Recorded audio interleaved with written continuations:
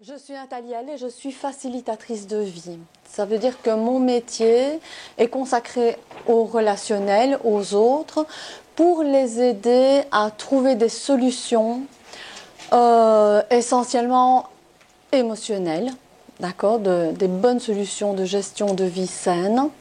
Et donc j'ai fait plusieurs formations et dans mes techniques que j'utilise prioritairement, il y a la PNL. Donc je suis venue vous parler de la PNL.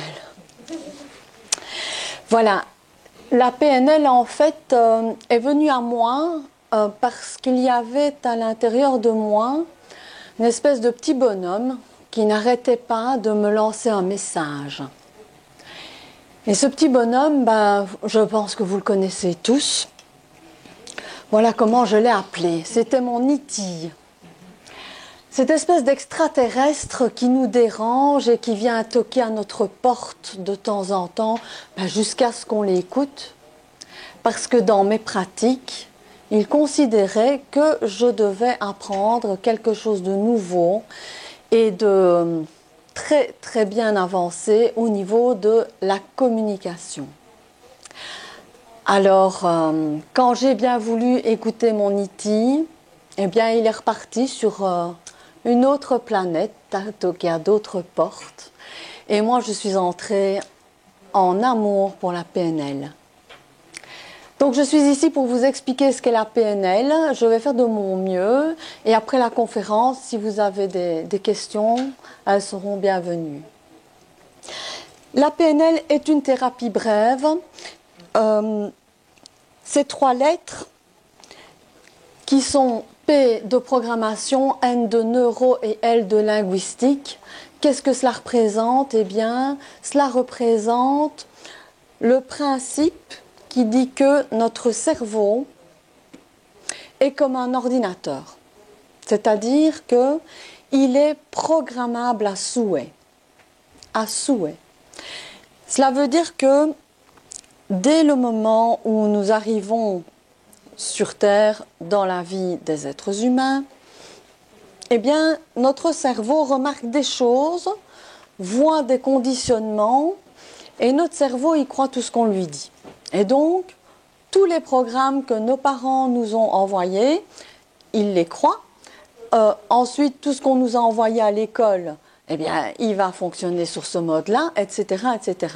Et dans tout notre cheminement de la vie, nous insérons des programmes à l'intérieur de notre ordinateur. Alors, il y a des programmes qui sont super, et puis il y a des programmes qui sont moins super et moins moteurs pour nous. Non, il y a des super et des pas super. Qu'ils soient indirects ou directs, ils sont chouettes ou ils sont pas chouettes. Mais alors il y en a des plus conscients et des plus dans l'inconscient, si c'est ça que tu veux dire. Donc il y a des programmes dont nous avons tout à fait conscience. Puis alors dans ceux-là, il y en a qu'on aime bien, donc il n'y a pas de problème, on les garde. Il y en a dont on a conscience, mais on ne sait pas s'en débarrasser. Et puis il y en a dont on n'a pas conscience. Dans ceux-là, on les garde ou on ne les garde pas non plus parce qu'il y a moyen, et c'est à travers la PNL, c'est une technique qui nous permet d'aller chercher tout ça. Donc, nous sommes tous programmés, on va dire, par la société, par la culture, etc. Et la bonne nouvelle, c'est que si nous sommes programmables, nous sommes déprogrammables. D'accord ? Donc, il y a des programmes qui sont gênants, on peut les enlever, moi je dis les gommer, et on peut les remplacer par des chouettes programmes qu'on aime bien. D'accord? Alors, neurolinguistique, neuro, eh bien parce que à l'intérieur de la pratique de la PNL, nous allons regarder ce que la personne ne dit pas avec son verbal. On va regarder comment elle se comporte, quelle posture elle a, comment elle respire, comment les pupilles se dilatent, parce que notre corps, en fonction de nos émotions, eh bien, il est en résonance. Donc, par l'observation de l'autre, nous allons apprendre à communiquer avec l'autre. Et nous allons évidemment apprendre à communiquer avec l'autre par son langage. parce que les mots ne sont pas les mêmes pour chacun, ne représentent pas la même chose pour tout le monde. On va faire un petit test, si vous voulez bien jouer un peu avec moi. Je vous invite à fermer les yeux. Et si je vous dis le mot voyage, quelle image symbolique ou quel mot vous vient? Dites-moi. Océan, avion, soleil. Détente. Soleil, comment? Plaisir. Découverte, partir. Pas mal. Voilà. Ouais. Allez, on va faire un deuxième petit test. Le mot pâtisserie. Fermez les yeux, hein, laissez venir. Gâteau, plaisir.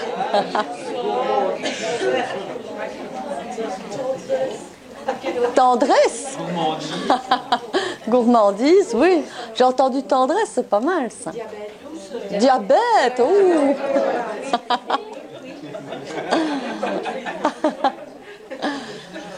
Alors, allez, on va faire un troisième. Si je vous dis le mot liberté. Fraternité. Paix intérieure. Paix. Bonheur, paix intérieure. Espace. Monsieur a dit célibat. Célibat.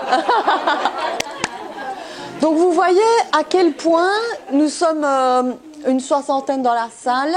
Nous avons tous, avec le même mot, une représentation qui est complètement différente. Ok? Eh bien, parlez avec quelqu'un, écoutez les mots qu'il utilise. À quel moment? Dans quel contexte? Et qu'est-ce que ça génère en lui physiquement?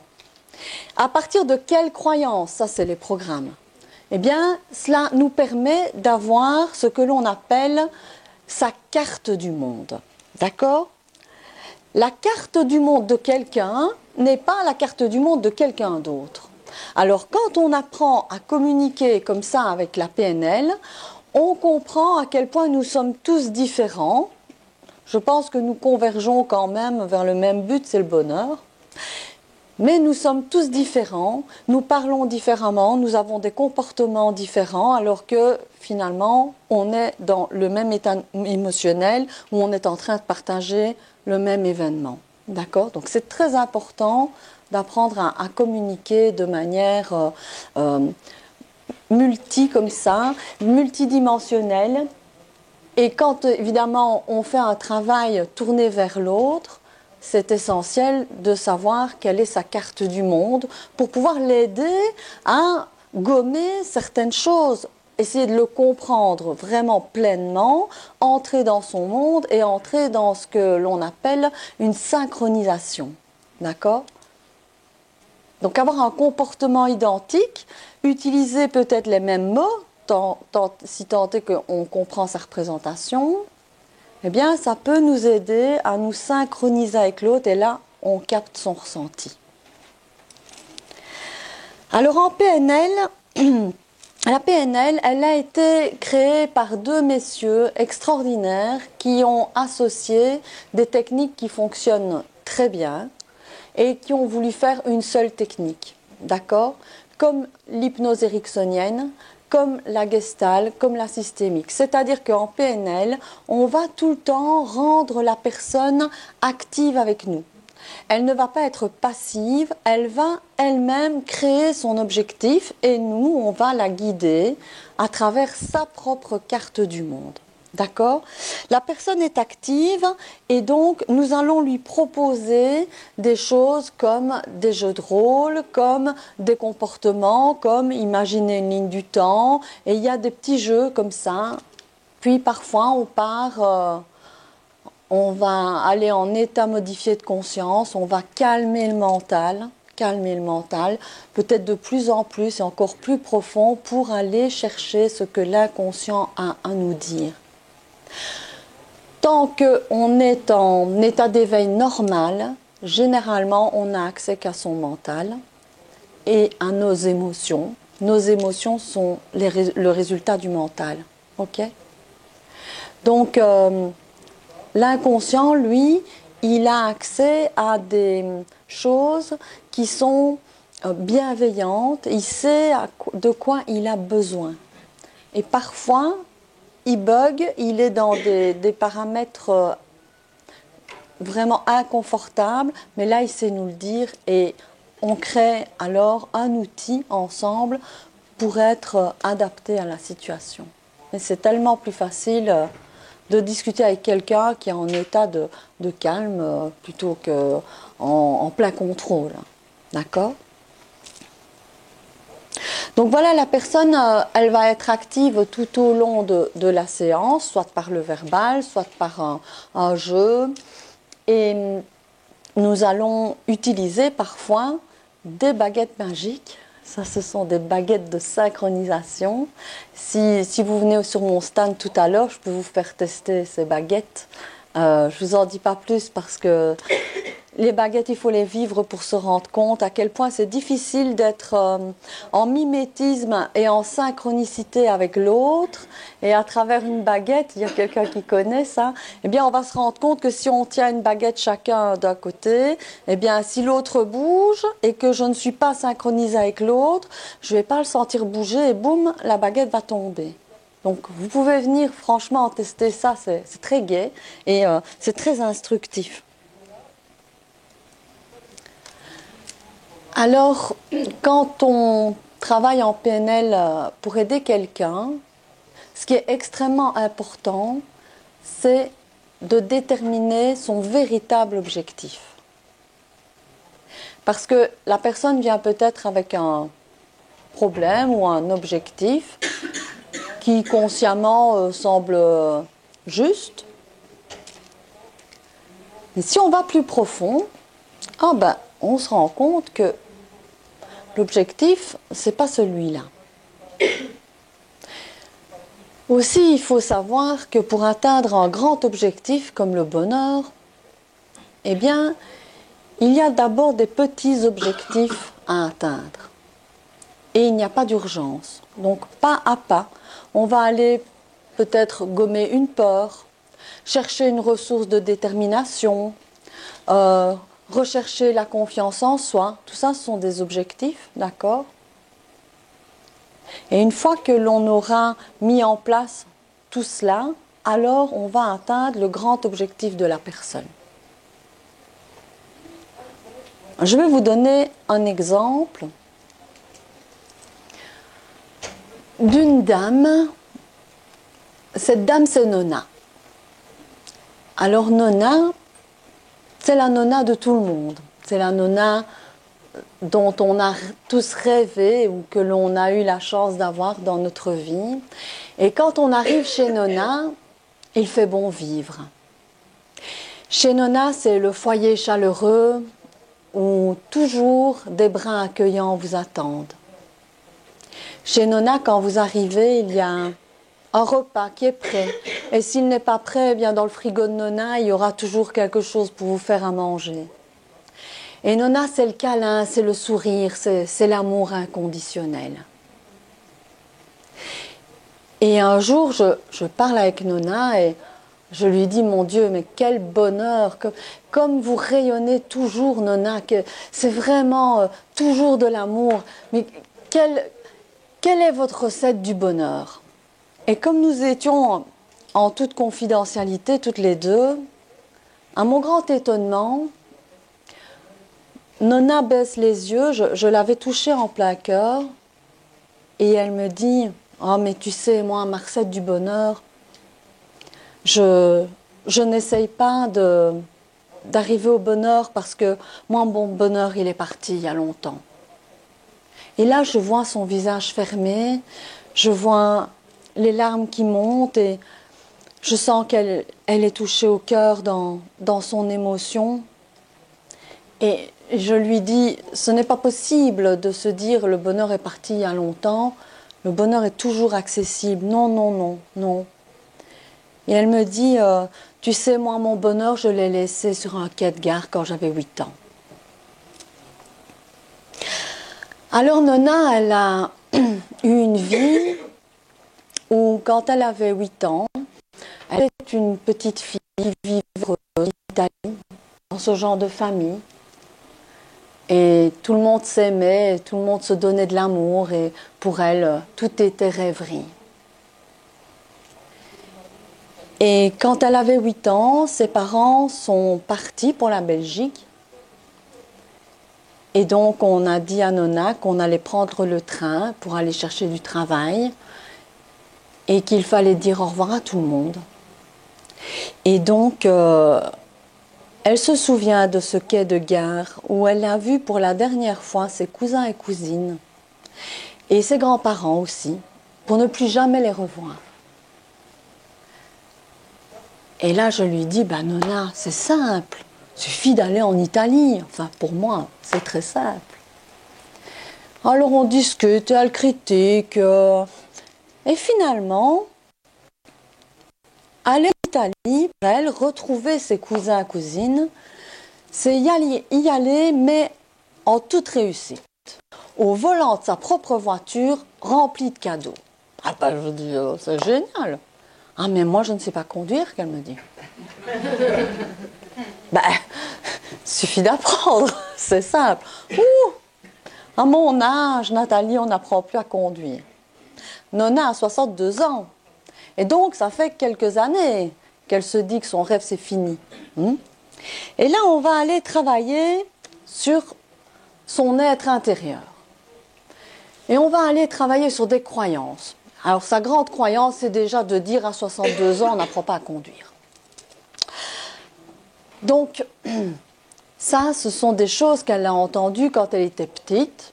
À partir d'un certain âge, on n'apprend plus rien, c'est fini. On n'est peut-être plus même apte à encoder une nouvelle donnée. Elle croit ça. Donc, on va aller travailler sur sa croyance. Ensuite, pour atteindre un objectif, il y a toujours un prix à payer. Ça veut dire qu'il y a des efforts à faire. Alors, il faut les mettre en évidence parce que, in fine, il faut que la personne soit d'accord ou pas pour le prix à payer. D'accord? Si elle n'est pas d'accord, c'est sûr, on n'essaie pas d'arriver à l'objectif. Et c'est légitime, il n'y a pas de problème. Donc, on regarde un peu tout ce qu'il faut faire pour apprendre à conduire. Une fois qu'elle se dit que, bah oui, finalement, à 62 ans, c'est possible, eh bien, il faut chercher les informations. Il faut aller à l'auto-école, c'est mieux. Il faut étudier. Oui, aller à l'auto-école, là, ça coûte des sous. Nona a des sous, elle a travaillé toute sa vie, ok? Et qu'est-ce que ça coûte? Bon, je ne sais pas, moi. Ça coûte bien 1000 euros. Ouh! Non, non, je ne dépense pas 1000 euros. Je ne dépense pas 1000 euros. Non, non, c'est pour les enfants. Ben oui. Nona a 1000 euros dans sa besace, il n'y a pas de problème. Mais Nona, dans ses croyances et dans ses codes, elle n'a pas l'habitude de dépenser 1000 euros pour elle. Pourtant, c'est fondamental pour elle. Si elle veut retrouver l'accès au bonheur, va bien falloir. Donc, on va l'y aider. Et donc, on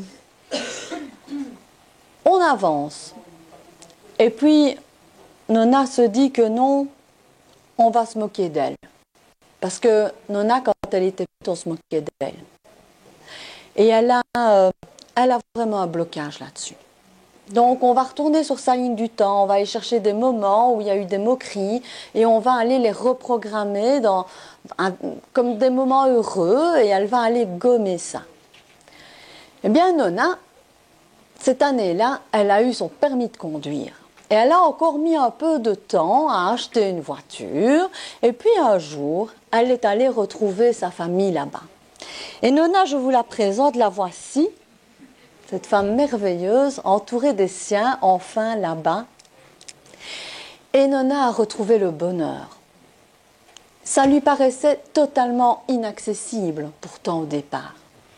C'était un bonheur qui avait été fichu à la remise à l'âge de 8 ans.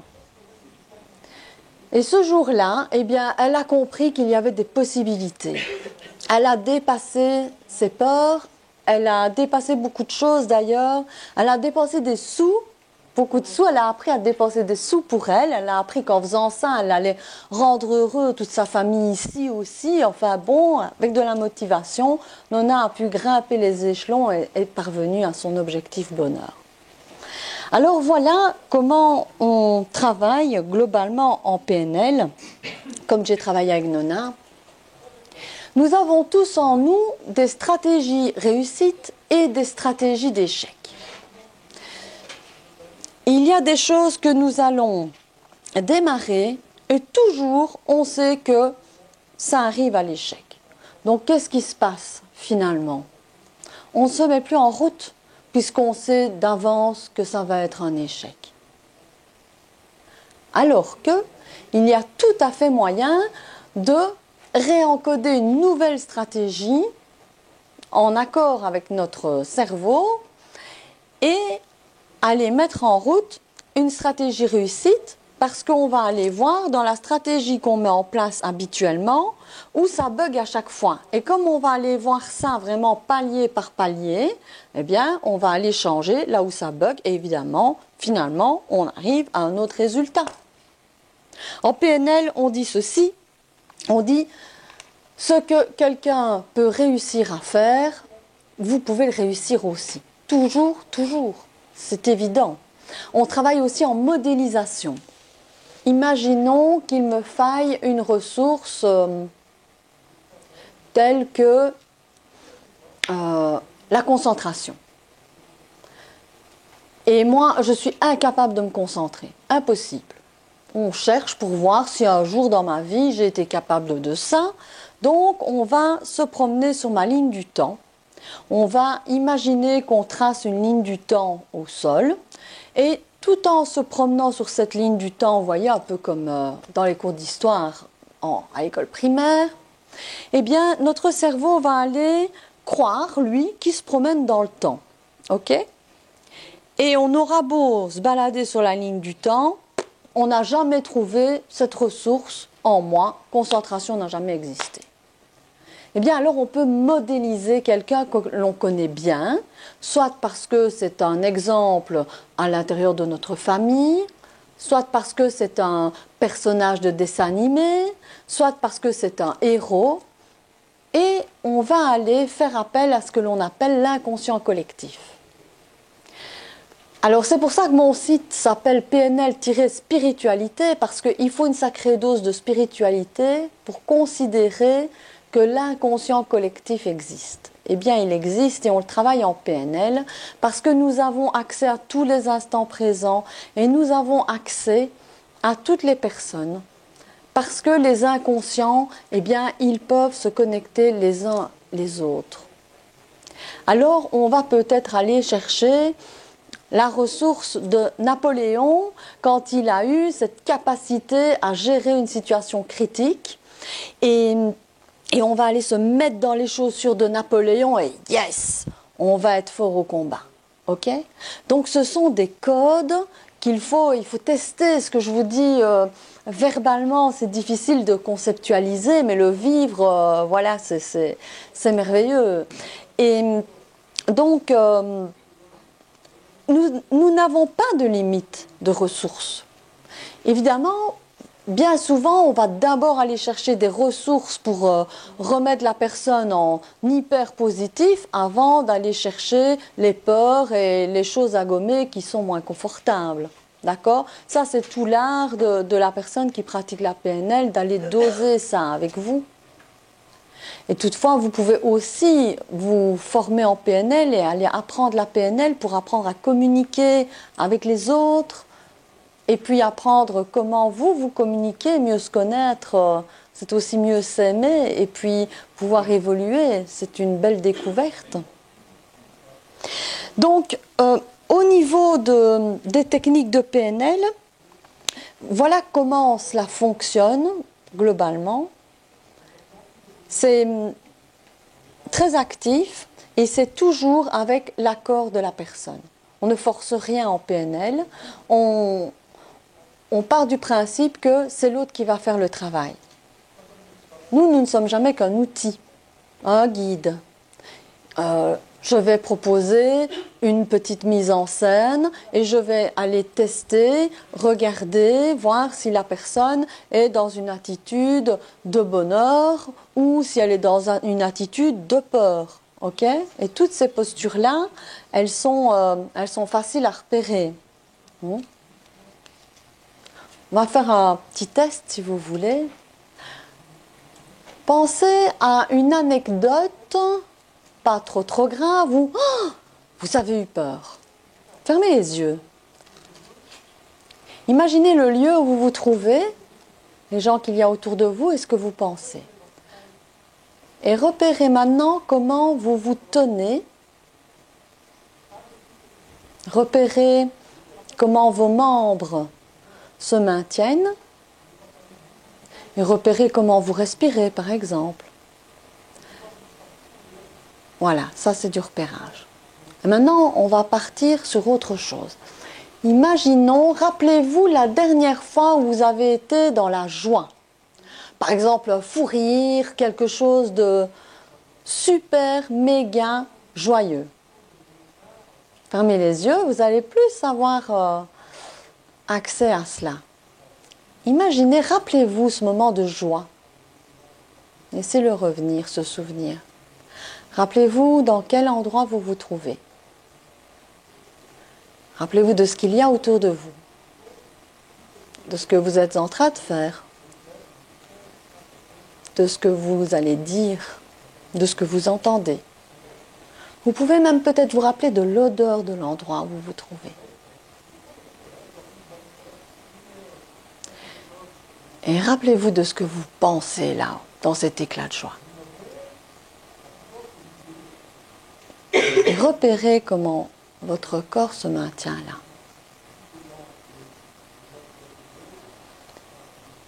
Et repérez la sensation que ça fait dans votre corps de retrouver cet instant.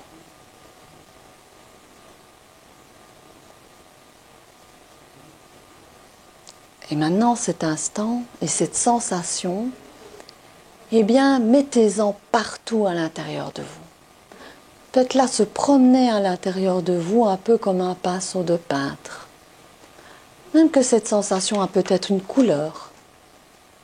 Mettez de cette couleur partout à l'intérieur de vous, dans vos neurones, dans vos bras, dans vos jambes, dans votre cœur. Repeignez-vous de toute cette couleur.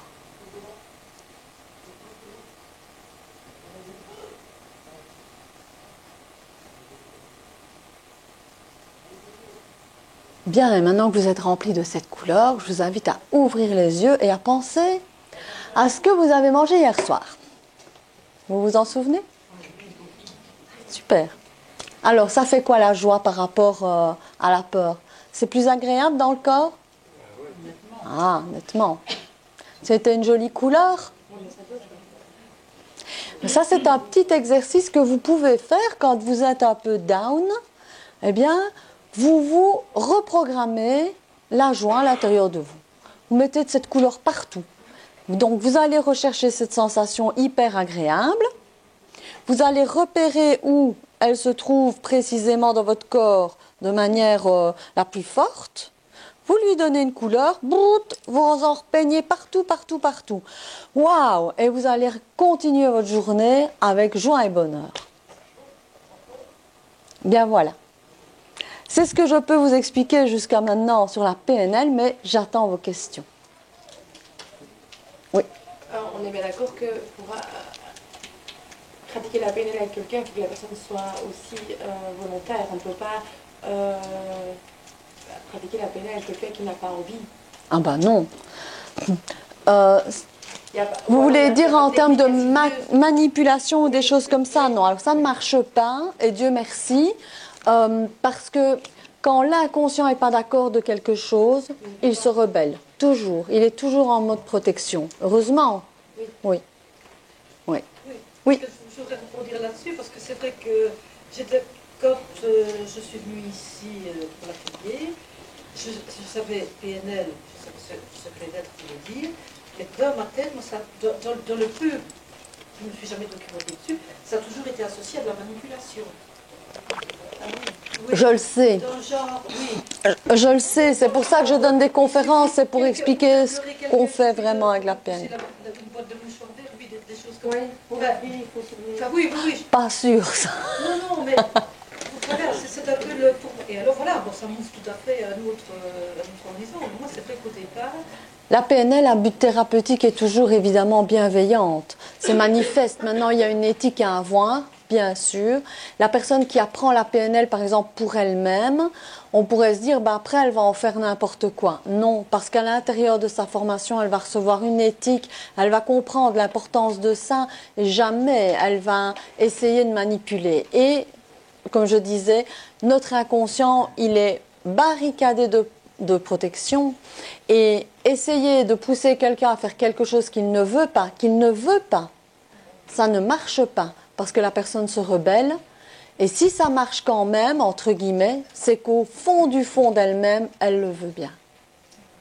Je fais un peu court, mais oui. voilà. Oui. Comment est-ce qu'on voit qu'une personne se rebelle au niveau inconscient? Ça veut dire que l'inconscient n'est pas d'accord. Comment est-ce qu'on voit? D'abord, Pas d'accord si elle ne dira peut-être pas, elle ne veut pas. tout à fait. Alors, on voit tout de suite, hein, déjà souvent, rien qu'à la posture de la personne, elle va changer de position, elle va peut-être crisper les poings, elle va froncer les sourcils, elle va commencer à serrer les dents, parce qu'évidemment, on regarde impeccablement et ça se voit.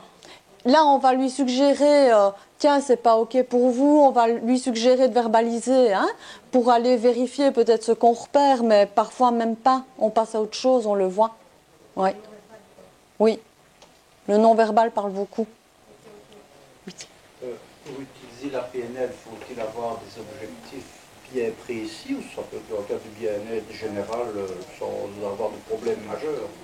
On part du principe que pour arriver quelque part, il faut savoir où on va. Mais le bien-être, je trouve que c'est un bel objectif. Oui. C'est un objectif. Oui, mais je veux dire, ici, le cas de Nona était particulier. Oui, j'ai pris un exemple comme celui-là pour faire simple. Oui. Mais, par exemple, quelqu'un qui souhaite être dans le bien-être, ok? On va aller dialoguer avec lui pour savoir quelle est sa représentation du bien-être. Et on finira par savoir, et par avoir un objectif. Alors l'objectif n'est pas toujours comme chez Nona, quelque chose de, entre guillemets, rationnel. L'objectif, au-delà de l'objectif, le grand objectif est souvent un état. D'accord? Bien sûr, oui. Dans l'exemple de Nona, le bonheur est extérieur. Donc il passe par. C'est quelqu'un qui s'est donné, bien sûr, tout à fait. Ah oui, c'est quelqu'un qui respire le bonheur, qui donne du bonheur, et pourtant, waouh, bien planquée en elle était cette douleur profonde, mais qu'elle avait réussi à emballer dans des couches et des couches et des couches. Ça valait la peine, hein? Oui. Vous parlez de thérapie brève. Oui. Qu'est-ce que ça veut dire brève? Eh bien, ça veut dire qu'on ne vient pas chez moi pendant 2 ans. On essaye par objectif de se voir peut-être 4-5 fois, je ne sais pas, j'ai envie de dire grand max. Mais si au bout de quelques fois, on n'arrive à rien, c'est pas normal. Alors de 2 choses l'une, soit on a vraiment mal misé l'objectif, soit la personne n'a en fait pas du tout envie de faire un travail sur elle-même. Je l'ai dit, dans ce genre de thérapie brève, on est actif.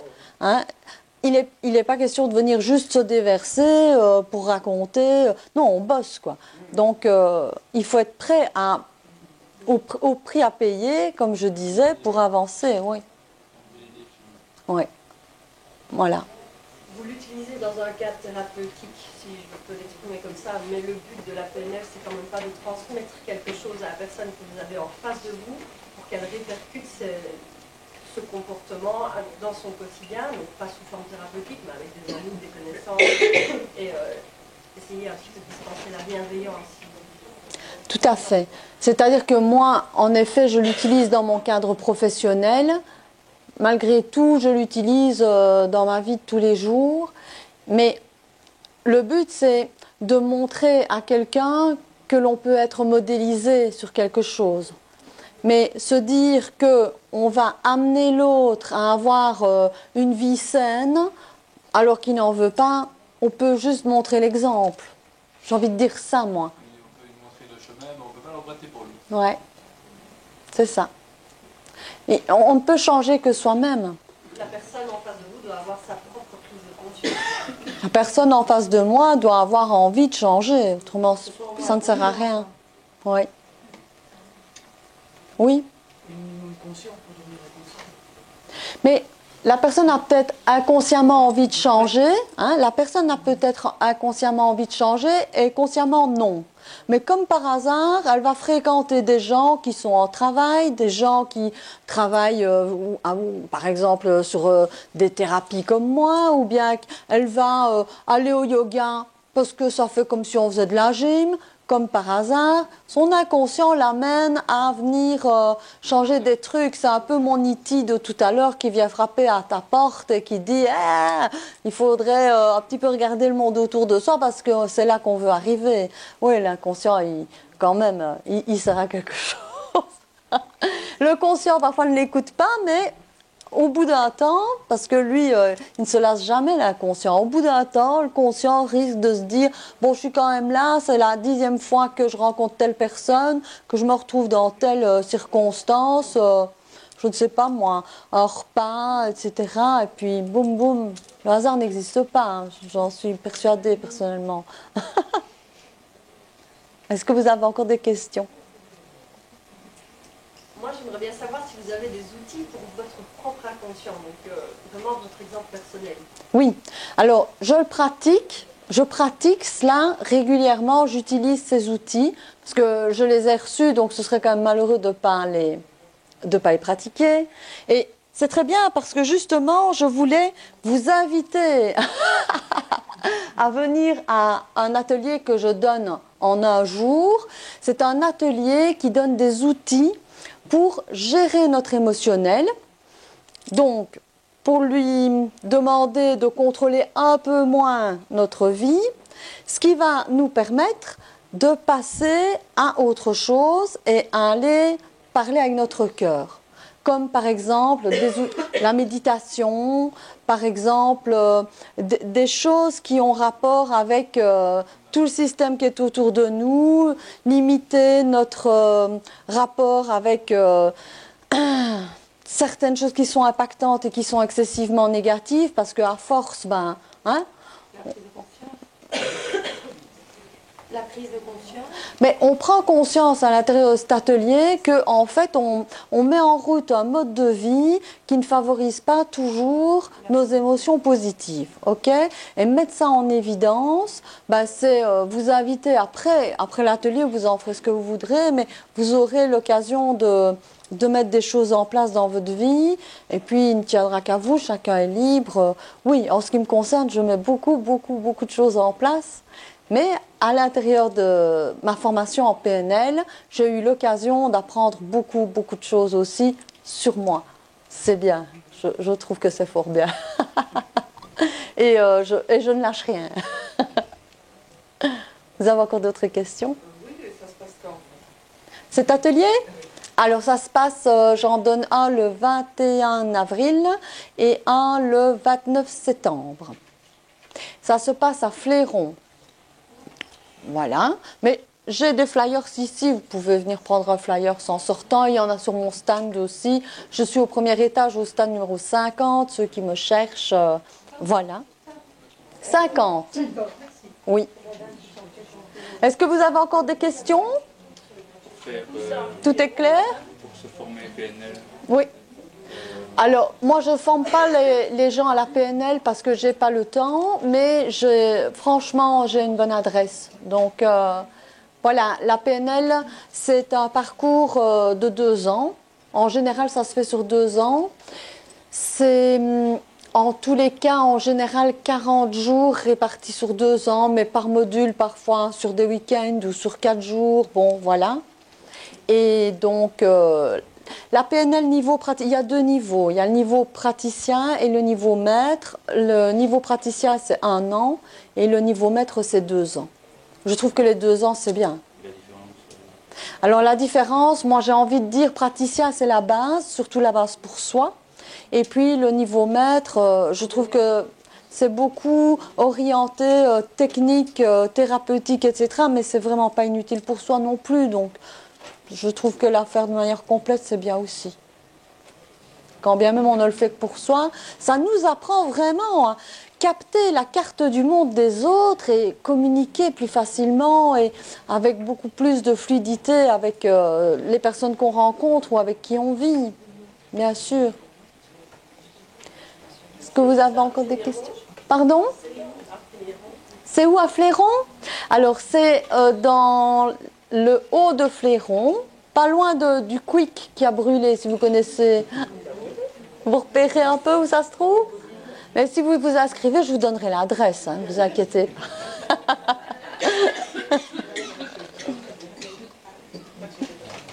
Voilà, cet atelier est donné en une journée parce que 2 jours, on me demande de donner des formations de 1 jour. Donc j'ai vraiment essayé d'être dans les priorités. Et puis, ben voilà, après cette journée-là, ben vous êtes libre d'appliquer ou non, hein, pas derrière vous. Voilà. Est-ce que vous avez encore des questions? On peut libérer la salle? Ben voilà, je vous remercie à tous.